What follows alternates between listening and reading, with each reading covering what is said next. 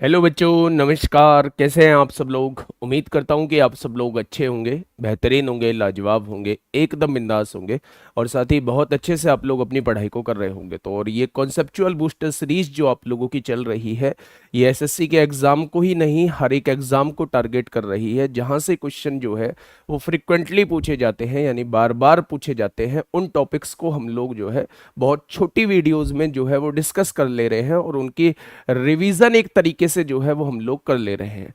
तो मेरे प्यारे दोस्त, आज उसी सीरीज में हम लोगों की 7वीं क्लास है और आज एक ऐसे टॉपिक पर मैं क्लास लेके आया हूं जो आप लोगों के लिए बेहद आसान भी है, लेकिन एग्जामिनर के लिए बेहद खास है।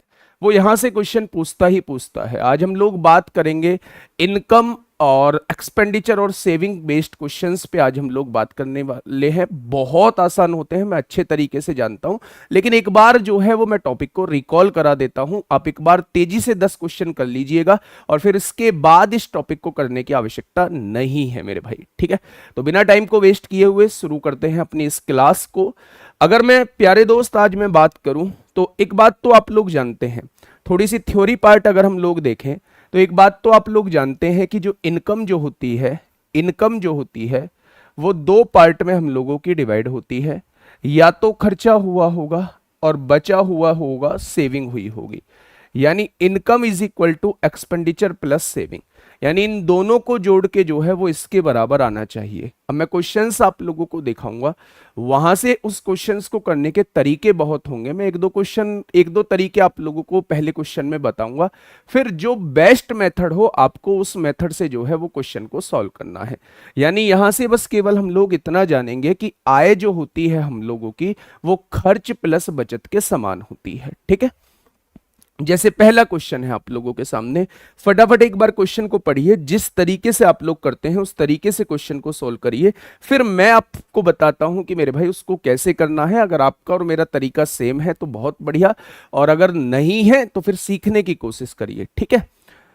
एक महिला के खर्च और बचत का अनुपात आप लोगों को दिया हुआ है। यदि उसकी आय और खर्च में 20% तथा 10% की वृद्धि होती है तो उसकी बचत में कितने प्रतिशत का परिवर्तन होगा वो ज्ञात कीजिए। मेरे भाई सबसे बेस्ट मेथड तो होता है इसका रेशो मेथड, लेकिन मैं आज आपको रेशो मेथड के साथ साथ एलिगेशन मेथड भी बताऊंगा, क्योंकि आपने टॉपिक पे डला हुआ देख लिया होगा कि एलिगेशन से हम क्वेश्चन को देखेंगे, ठीक है? सबसे पहले इसका बेस्ट अप्रोच क्या होगी उसे हम लोग देख लेते हैं। ये इनकम है, ये एक्सपेंडिचर है और ये क्या है, ये सेविंग है। उसने कहा है एक्सपेंडिचर और सेविंग का रेशियो जो है वो 4:1 दे रखा है, 4:1 दे रखा है। यानी कि खर्चा 4 है, बचत 1 है, तो कमाया कितना होगा? 5 रुपए कमाया होगा। अब उसकी आय और खर्च में क्रम से 20% और 10% की वृद्धि होती है। आय में 20% की वृद्धि होगी। अब 20 की गुणा इसमें करिए, यानी 100%, 100 रुपए जो है उसकी इनकम बढ़ चुकी है। खर्च में क्रम से 10% की वृद्धि होती है। खर्च में 10% की गुणा करिए मेरे भाई, तो आप देखेंगे यहां 40 आ जाएगा। यानी इन दोनों को मिला के जो है वो इनकम के बराबर होना चाहिए। अब इनकम कितनी है? 100 है, ये 40 है, तो मेरे भाई क्या इसको 60 होना पड़ेगा। यानी इसमें कितने की गुणा करूं 60 आ जाए, तो आप कहेंगे 60 की गुणा करो। तो सेविंग में कितने प्रतिशत का परिवर्तन आएगा? 60% का परिवर्तन आएगा। यहां से डायरेक्ट आप लोग 60% का परिवर्तन लिख सकते थे, लेकिन जब एलिगेशन डला है तो एक बार एलिगेशन को लगा के देख ले कि एलिगेशन आखिर कहता क्या है। एलिगेशन ये कहता है कि आप लोग जो है वृद्धि या कमी पे आप लोग जो है वो एलिगेशन लगा दो। जैसे अगर मैं बात करूं कि एक्सपेंडिचर यहां लिख दो, सेविंग यहां लिख दो। एक्सपेंडिचर में कितने परसेंट की वृद्धि हुई है, तो आप कहेंगे एक्सपेंडिचर में 10% की वृद्धि हुई है। सेविंग में वृद्धि आप लोगों से पूछी है। इन दोनों को मिला के टोटल वृद्धि इनकम में कितनी हुई है, तो आप कहेंगे 20% की हुई है। अच्छा, एक्सपेंडिचर और सेविंग का रेशो क्या दे रखा है? एक्सपेंडिचर और सेविंग का रेशो 4:1 दे रखा है। आप लोग एक बात बहुत अच्छे से जानते हैं, क्या जी? इसकी गुणा इसमें करते हैं तो ये 40% हो जाएगा, प्लस इसकी गुणा इसमें करते हैं तो ये ए हो जाएगा, और इन दोनों की योग की गुणा इसमें करते हैं, 4 और 1 5 की गुणा 20 में करेंगे तो वो इसके बराबर आ जाएगा। कोई दिक्कत? तो आपने कहा कोई दिक्कत नहीं है। प्लस का 40 है, इधर आके माइनस का 40 हो जाएगा, यानी सेविंग में कितने परसेंट की वृद्धि हो जाएगी? तो आप कहेंगे सेविंग में 60% की वृद्धि हो जाएगी। मैं फिर से कह रहा हूं, बेस्ट अप्रोच इसकी रेशो मेथड होगी, लेकिन इस मेथड को भी आप लोगों को सीखना होगा, दिमाग में होना चाहिए कि हाँ इससे भी हम चीजें कर सकते हैं। क्वेश्चन नंबर 2, अब फटाफट आंसर देते चले जाइए मेरे भाई। क्वेश्चन ने कहा ऋचा के खर्च और बचत का अनुपात 2:1 दिया हुआ है। ऋचा के खर्च और बचत का अनुपात, एक्सपेंडिचर और सेविंग का रेशो दिया है। इनकम कितनी हो जाएगी? तो आप कहेंगे इनकम 3 हो जाएगी। उसकी आय और खर्च में क्रमशः 20%, आय में 20% की वृद्धि होती है। 20% की वृद्धि का मतलब 60 हो गया, यहां पे 20 दिया 60।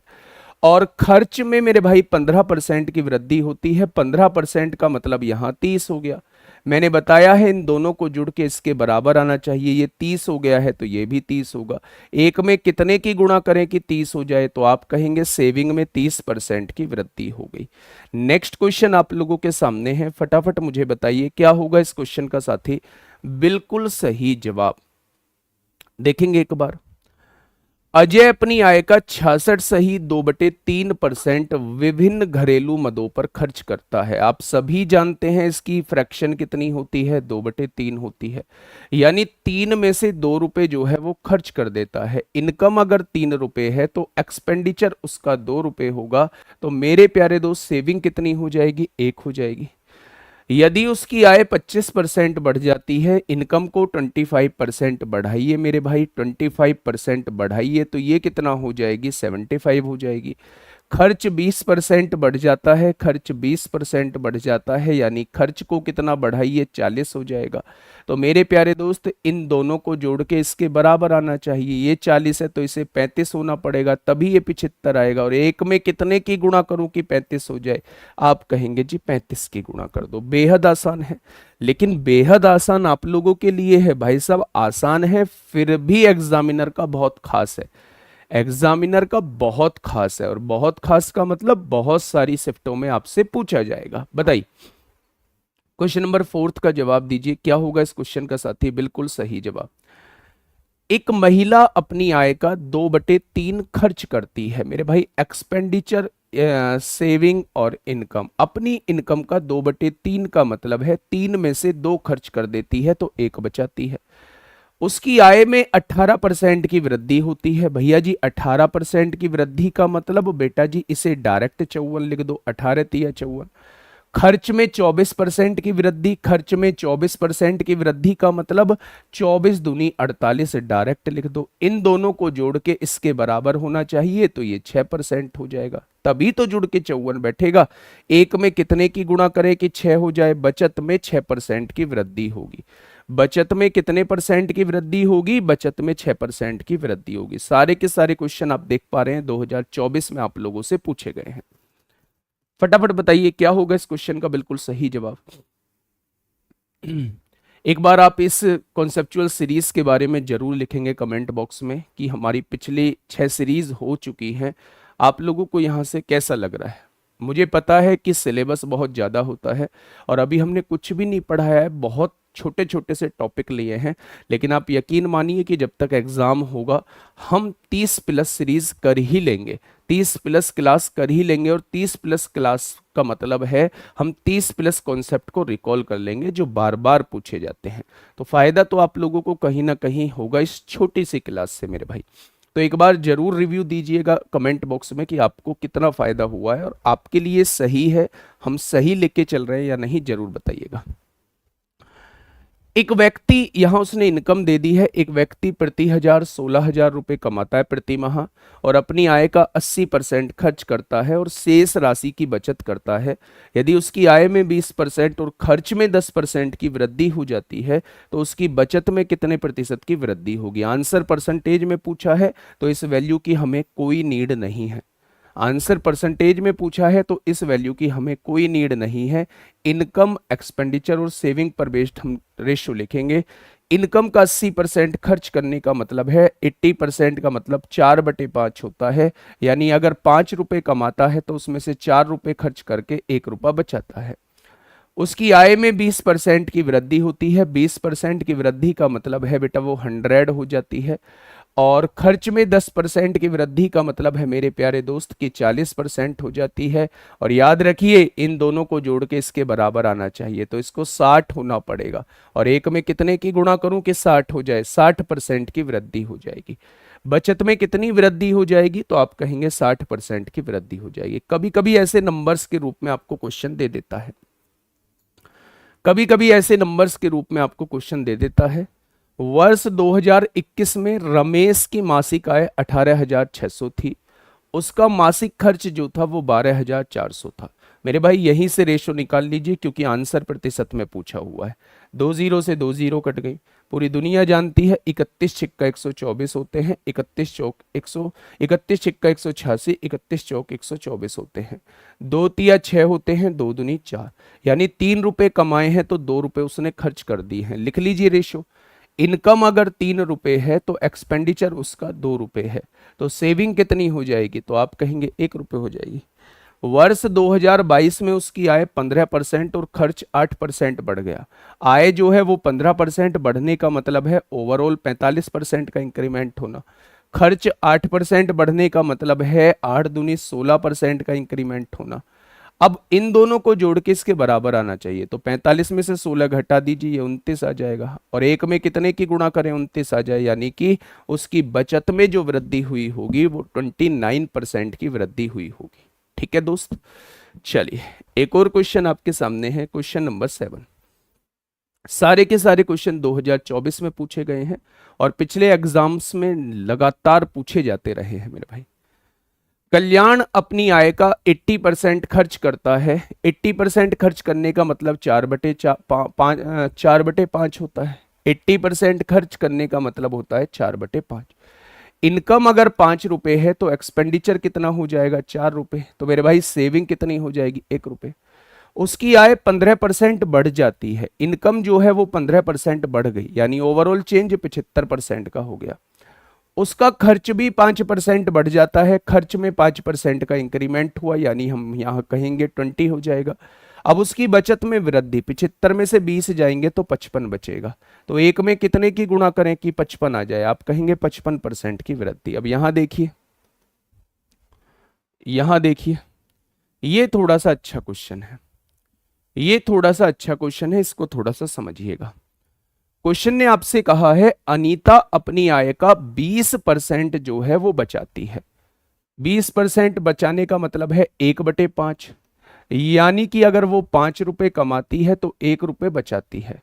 1 रुपए बचाती है तो 4 रुपए खर्च करती होगी। आगे बढ़िए। यदि उसकी आय में 30% की वृद्धि होती है और वह अपनी नई आय का 25% बचाती है, यहां उसने थोड़ी सी लैंग्वेज को चेंज कर दिया। वह अपनी नई आय का 25% जो है वो बचाती है, तो उसकी वास्तविक बचत में कितने प्रतिशत की वृद्धि होगी, वो आपसे ये पूछना चाह रहा है। बड़े आसान तरीके से करिएगा मेरे भाई। उसकी आय में 30% वृद्धि होती है। मैंने क्या किया? मैंने एक एक जीरो बढ़ा ली। जीरो बढ़ाने का कारण कि कटने में आसानी रहेगी। अब उसकी आय में 30% की वृद्धि हुई, मैंने 30% की वृद्धि करी, तो 15 रुपए की वृद्धि होके नई इनकम, न्यू इनकम जो है वो 65 हो चुकी है। भाई 50 का 30% 15 आएगा, 50 में 15 जोड़ोगे तो 65 रुपए जो है उसकी नई इनकम हो चुकी है। उसने कहा वह अपनी नई इनकम का 25% बचाती है। अब नई इनकम का 25% यानी 1/4 बचाती है। अब इसका जब मैं 1/4 डायरेक्ट निकालता हूं तो 4 एकम 4 होगा, 2 बचेगा, 2 बचेगा तो मेरे भाई 4 छिंग 24 होगा, 1 बचेगा, 4 दूनी 8 होगा, 4 पंजे 20 होगा। यानी अब जो है वो 16.25 रुपए बचाती है। नई इनकम का 20% बचाने का मतलब है अब जो है वो 16.25 रुपए बचाती है। अब क्वेश्चन ने क्या कहा है? उसकी वास्तविक बचत में कितने प्रतिशत की वृद्धि हुई, यानी 10 से बढ़ के 16.25 उसकी बचत हो गई तो 6.25 की वृद्धि हुई। किससे वृद्धि हुई? वास्तविक बचत से। तो 100 से कितना हो जाएगा? तो मेरे प्यारे दोस्त आप कहेंगे 62.5% हो जाएगा। कितना हो जाएगा? तो आप कहेंगे जी 62.5% इसका हो जाएगा। नेक्स्ट क्वेश्चन पे देखिए थोड़ा सा। नेक्स्ट क्वेश्चन क्या कह रहा है, मेरी तरफ से 9th क्वेश्चन लास्ट होगा और 10th क्वेश्चन आपके लिए होमवर्क होगा, ठीक है। रमन अपनी आय का 75% खर्च करता है। 75% का मतलब होता है मेरे भाई 3/4। यानी अगर वो 4 रुपए कमाता है ना, तो खर्च कितने कर देता है? 3 रुपए। तो बचाता कितना होगा? 1 रुपए। आगे बढ़िए। उसकी आय में 25% की वृद्धि होती है। 25% वृद्धि करिए मेरे भाई, वैसा ही क्वेश्चन है, 100 आ जाएगा यहां पे। और अपने खर्च में 10% की वृद्धि करता है। अपने खर्च में 10% की वृद्धि करता है तो ये 30 आ जाएगा। उसकी बचत में कितने प्रतिशत की वृद्धि होगी? भाई ये तो पहले जैसा ही है, 70 आएगा, तभी तो दोनों को जोड़ के यहां बैठेगा। तो एक में कितने की गुणा करें कि 70 हो जाए? आप कहेंगे 70 की करें।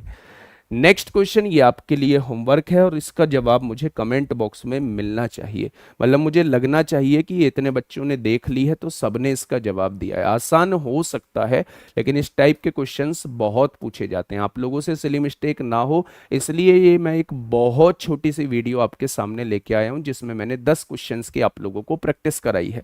मिलते हैं नेक्स्ट कॉन्सेप्चुअल बूस्टर सीरीज में। फीडबैक जरूर दीजिएगा, रिव्यू जरूर दीजिएगा। आपके रिव्यू के बेस पर ही मेरे भाई आगे की क्लास जो है वो डिजाइन हो रही होती है। बहुत ज्यादा कॉन्फिडेंस हम लोगों को मिलता है, बहुत ज्यादा मोटिवेशन हम लोगों को मिलता है आप लोगों के कमेंट्स से, ठीक है। तो जेन्युइन कमेंट्स करिएगा, चाहे वो हम लोगों के लिए पॉजिटिव रहे नेगेटिव रहे फर्क नहीं पड़ता, लेकिन जेन्युइन कमेंट्स आप लोग जो है कमेंट्स बॉक्स में करिएगा। ओके, टाटा बाय बाय, धन्यवाद।